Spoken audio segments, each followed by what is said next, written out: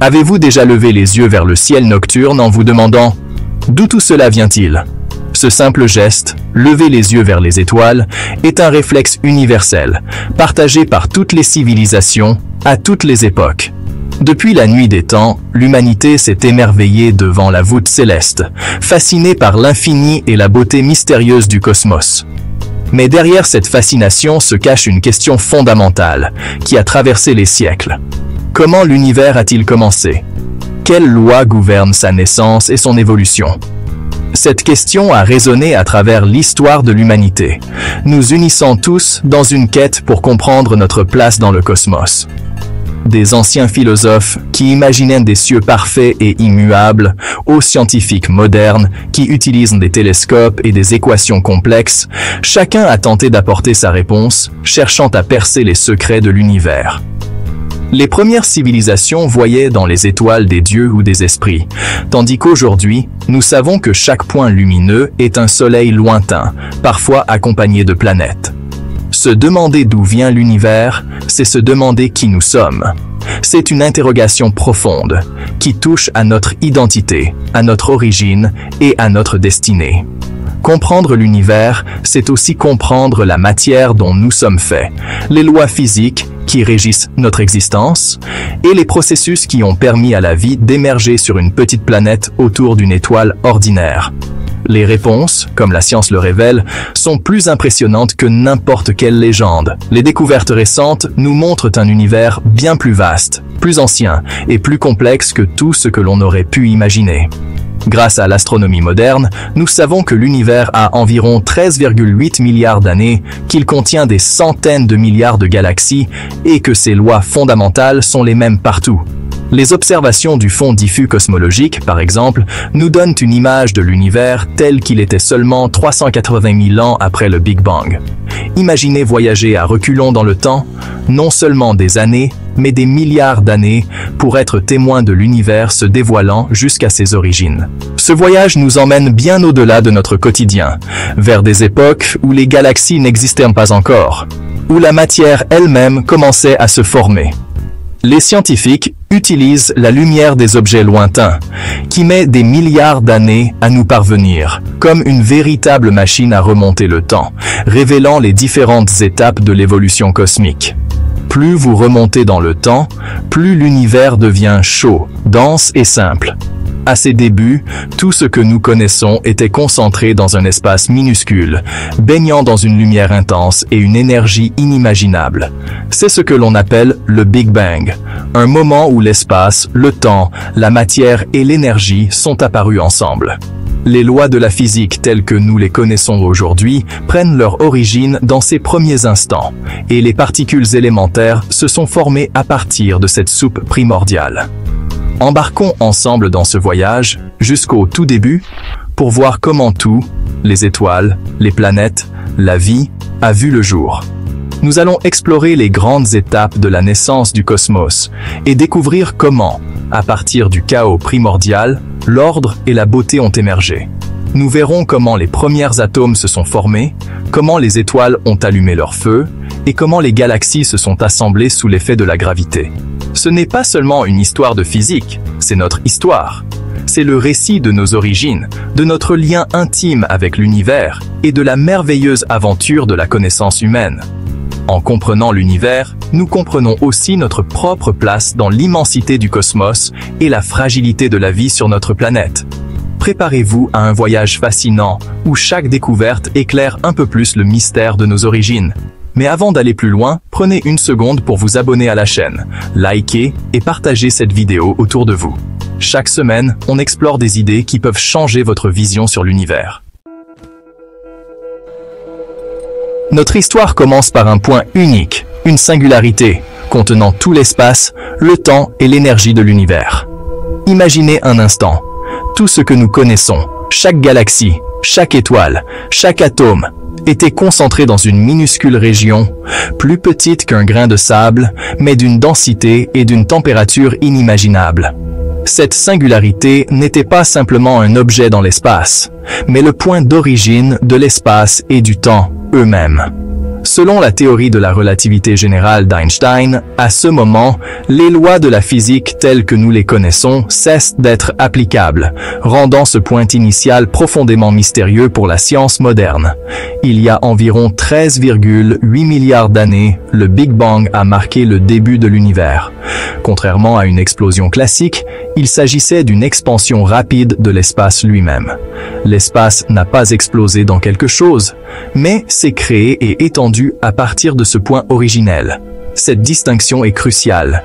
Il n'y avait pas d'extérieur à l'univers, car l'espace et le temps n'existaient pas encore.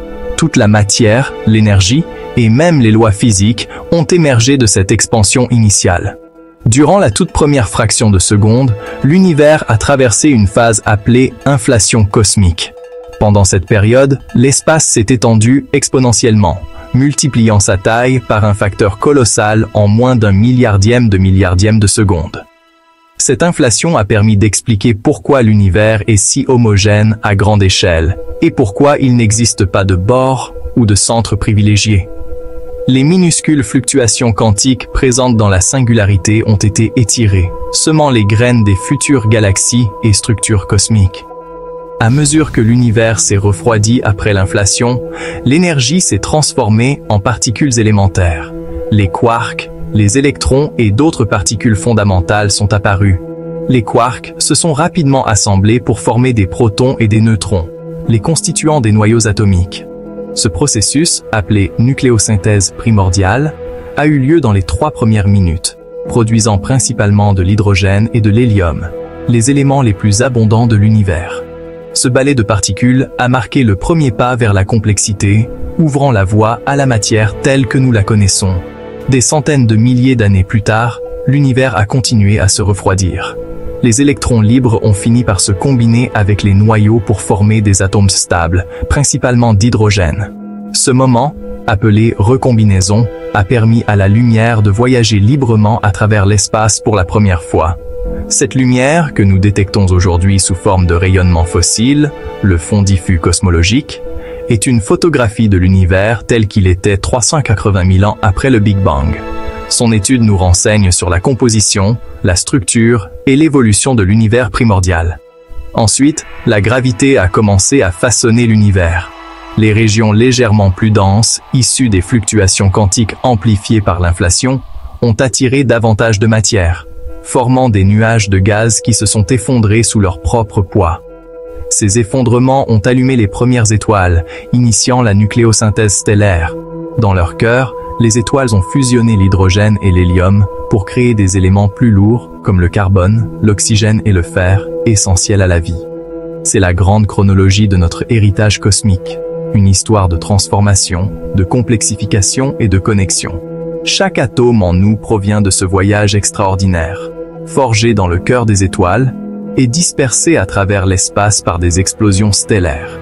Ainsi, notre existence est intimement liée à l'aube du temps et à l'immensité de l'univers, nous rappelant que nous sommes, littéralement, faits de poussière d'étoiles. Le Big Bang n'était pas un pétard dans l'espace. Il n'y avait pas de centre, pas de vide. Contrairement à l'image populaire d'une explosion, il ne s'agissait pas d'un événement qui aurait projeté la matière dans un espace déjà existant. En réalité, il n'y avait ni bord, ni extérieur, ni endroit d'où observer le spectacle, car l'espace lui-même n'existait pas encore sous la forme que nous connaissons aujourd'hui. L'espace lui-même s'étendait partout à la fois. Chaque point de l'univers, aussi éloigné soit-il, participait à cette expansion. Cela signifie que l'expansion n'est pas un mouvement à travers l'espace, mais une augmentation de la distance entre tous les points de l'espace. C'est comme si le tissu même de la réalité se déployait, créant de nouveaux espaces entre toutes choses. Et ce processus se produit uniformément, sans centre privilégié. Imaginez des points sur la surface d'un ballon. À mesure que le ballon se gonfle, chaque point s'éloigne de tous les autres, sans point central. Peu importe où vous vous trouvez sur ce ballon, vous verrez tous les autres points s'éloigner de vous, donnant l'illusion que vous êtes au centre, alors qu'en réalité, il n'y en a pas. Cette analogie illustre la nature isotrope et homogène de l'expansion cosmique. L'univers s'étend de la même façon dans toutes les directions et en tout point. C'est ainsi que notre univers s'étend. Le tissu de l'espace-temps s'étire, emportant les galaxies.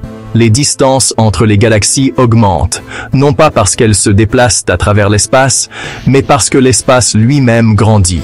Cette distinction est fondamentale. Les galaxies lointaines ne traversent pas un espace préexistant. Elles sont entraînées par l'expansion du cosmos lui-même. Toute la matière et l'énergie étaient autrefois compressées dans un volume plus petit qu'un atome, la graine cosmique ultime. À ce moment, la densité et la température étaient si extrêmes que les lois de la physique telles que nous les connaissons aujourd'hui ne s'appliquaient pas encore. Les particules fondamentales, la lumière et même les forces de la nature étaient unifiées dans un état primordial, appelé le plasma primordial. Cette phase initiale est étudiée grâce à la physique des hautes énergies et à la cosmologie quantique. Le terme Big Bang est resté, mais un meilleur nom pourrait être le grand déploiement. Ce n'était pas une explosion chaotique, mais un déploiement ordonné, une expansion continue qui façonne encore aujourd'hui la structure de l'univers. Les fluctuations quantiques présentes dans cette soupe primordiale ont servi de graines à la formation des galaxies et des grandes structures cosmiques que nous observons aujourd'hui. Cette expansion a lancé l'horloge cosmique et établi les lois de la physique. C'est à ce moment précis que le temps, l'espace et les règles fondamentales de la nature ont pris naissance, ouvrant la voie à tout ce qui allait suivre. Les premières fractions de seconde ont vu l'apparition des particules élémentaires, la séparation des forces fondamentales et la formation des premiers noyaux atomiques lors de la nucléosynthèse primordiale. L'univers a commencé infiniment petit et n'a cessé de grandir depuis. À chaque instant, il devient plus vaste, plus complexe et continue de s'étendre dans toutes les directions sans jamais ralentir. Aujourd'hui, nous observons cette expansion grâce au décalage vers le rouge de la lumière des galaxies lointaines.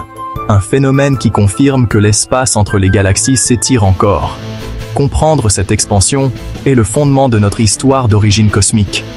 En étudiant la lumière fossile du fond diffus cosmologique, les astronomes peuvent remonter le temps jusqu'aux premiers instants de l'univers. C'est en analysant ce déploiement que nous pouvons explorer nos origines, comprendre la formation des structures cosmiques et mieux saisir la place de l'humanité dans l'immensité du cosmos. Dans les toutes premières fractions de seconde après le Big Bang, l'univers a connu une phase d'inflation cosmique extrêmement rapide. Imaginez, en moins d'un milliardième de seconde, l'univers est passé d'une taille subatomique à celle d'une orange, voire plus grande encore.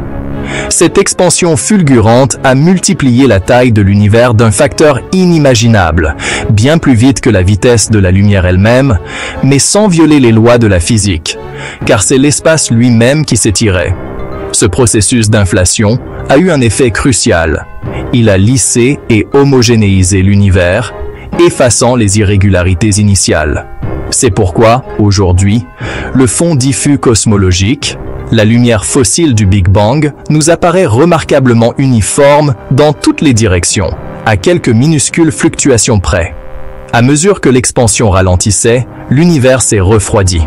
Cette baisse de température a permis à l'énergie pure, présente sous forme de plasma extrêmement chaud, de se condenser en particules élémentaires, d'abord des quarks et des antiquarks, puis des électrons et leurs antiparticules.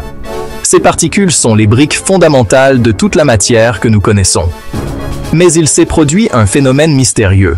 Pour une raison encore inexpliquée, il y a eu un infime déséquilibre entre la matière et l'antimatière. Pour environ 1 milliard de particules d'antimatière, il y avait 1 milliard et une particule de matière. Lorsque matière et antimatière se sont annihilées, ce minuscule surplus de matière a survécu. C'est ce qui compose tout ce qui existe aujourd'hui, des galaxies aux êtres humains. Quelques minutes après le Big Bang, les quarks se sont assemblés pour former des protons et des neutrons. Ces particules se sont ensuite combinées par fusion nucléaire pour donner naissance aux premiers noyaux d'hydrogène et d'hélium, les éléments les plus légers et les plus abondants de l'univers primitif. À ce stade, tous les ingrédients de base de l'univers étaient réunis, mais il régnait encore une obscurité totale. il faudra encore des centaines de milliers d'années avant que les premiers atomes se forment et que la lumière des étoiles perce enfin les ténèbres cosmiques. Imaginez l'univers primitif comme un plasma incroyablement chaud et dense, composé principalement de noyaux atomiques et d'électrons libres, tous baignés dans un brouillard lumineux. À cette époque, la température dépassait plusieurs milliers de degrés, empêchant les particules de s'assembler en atomes stables. Les photons, c'est-à-dire les particules de lumière, étaient piégés dans ce plasma. À chaque tentative de déplacement, ils étaient immédiatement diffusés par les électrons libres, ce qui rendait l'univers totalement opaque, comme une brume impénétrable à la lumière. Mais à mesure que l'espace s'étendait, l'univers s'est progressivement refroidi. Après environ 380 000 ans, la température est tombée en dessous de 3000 degrés Celsius, permettant aux protons et aux électrons de s'unir pour former les premiers atomes d'hydrogène et d'hélium. Ce processus est appelé recombinaison. La recombinaison fut une véritable transition de phase cosmique, comparable à la condensation de la vapeur d'eau en gouttelettes. Soudain, la majorité des électrons se sont liés au noyau, réduisant drastiquement le nombre de particules libres capables de diffuser la lumière. Ce changement a eu une conséquence spectaculaire. Le brouillard cosmique s'est dissipé et l'univers est devenu transparent pour la première fois. Les photons ont pu voyager librement, formant ce que nous détectons aujourd'hui comme le fond diffus cosmologique, une sorte de lumière fossile de l'univers primordial. Mais l'histoire ne s'arrête pas là. De minuscules ondulations de densité, vestiges de l'inflation cosmique, étaient présentes dans ce plasma. Ces fluctuations, bien que très faibles, ont servi de graines à la formation des galaxies, des étoiles et de toutes les structures que nous observons aujourd'hui dans l'univers. Avec la recombinaison, les électrons se sont joints au noyau, formant les premiers atomes d'hydrogène. Ce processus a permis à l'univers de devenir transparent presque instantanément. Les photons, auparavant piégés dans un brouillard dense de particules chargées, ont été libérés, créant la première lumière de l'univers, le fond diffus cosmologique, ou FDC.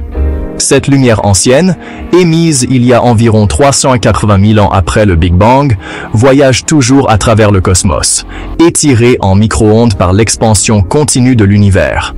Le FDC est souvent décrit comme une photo de bébé de l'univers, confirmant le Big Bang et révélant de minuscules fluctuations de température qui sont cruciales pour comprendre la formation des structures cosmiques. Ces fluctuations sont les graines de toute structure cosmique, des galaxies aux amas de galaxies. Le FDC est à la fois une preuve et une carte au trésor, montrant où la gravité allait sculpter les galaxies et les étoiles. Les régions plus denses dans le FDC indiquent les futurs puits de gravité. Dans cette première lumière, nous lisons le plan du cosmos, un schéma détaillé de l'évolution future de l'univers. L'univers était prêt pour son prochain acte, la formation des premières étoiles et galaxies, marquant l'aube cosmique.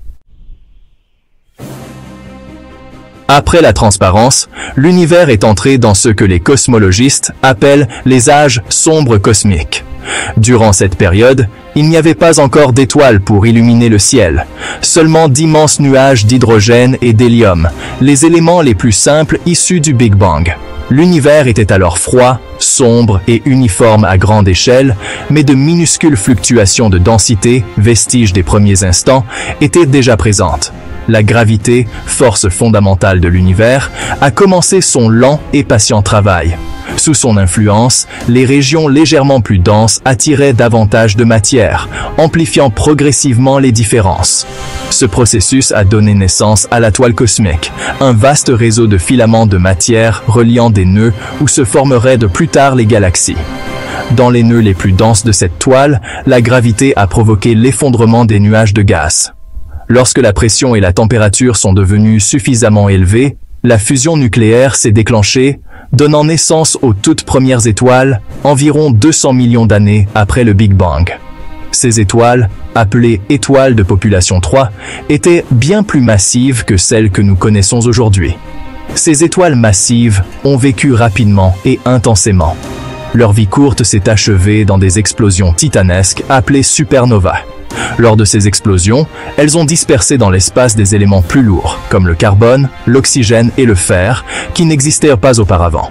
Ce processus de recyclage stellaire a enrichi le gaz interstellaire en éléments lourds, rendant possible la formation de nouvelles générations d'étoiles et, plus tard, de planètes rocheuses.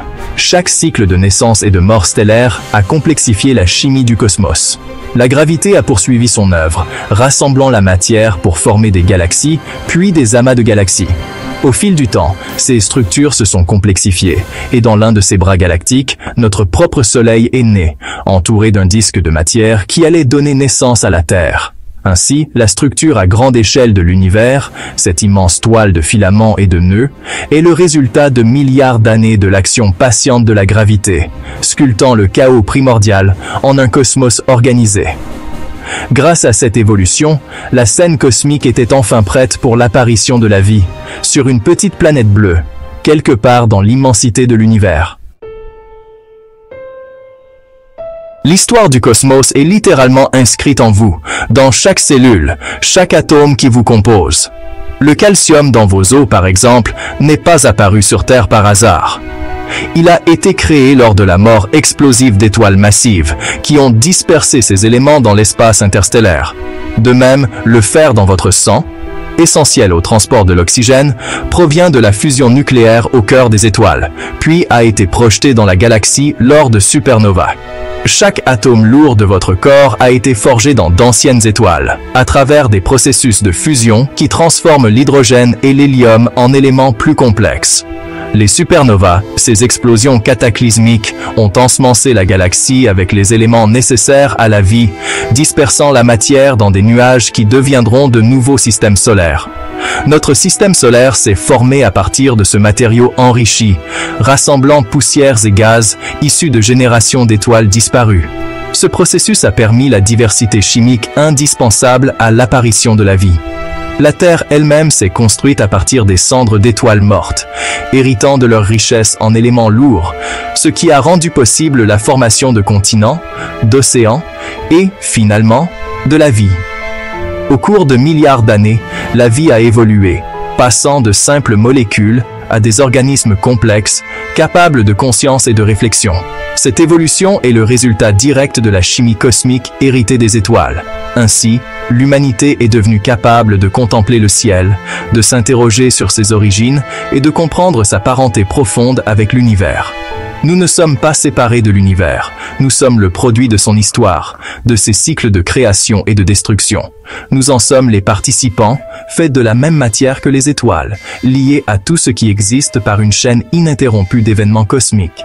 Nous sommes la manière dont l'univers se connaît lui-même, car à travers notre conscience, la matière issue des étoiles prend conscience de son origine et de sa place dans le cosmos.